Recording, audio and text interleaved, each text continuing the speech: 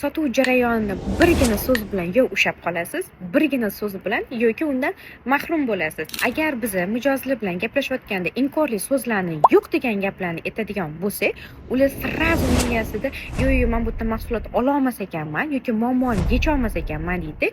Srazu konkurentlarni o'ylashni boshlaydi yoki siz bilan telefonda gapni shuni to'xtatib, boshqa odamga telefon qilishga harakat qilishadi. Va doim biz mijozlar bilan gaplashayotganda tayyor miyamizda shablon skriptli bo'lishi kerak.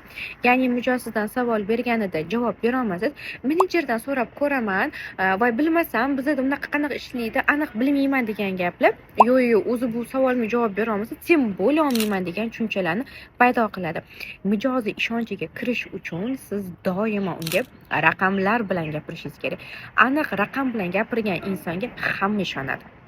Va o'zingizni ovoz tempingizni bitta ritmda olib ketishga harakat qiling. Qanchalik sizning ovozingiz yoqimliroq bo'lsa, shunchalik mijoz siz bilan muloqot qilishni ko'proq xohlaydi.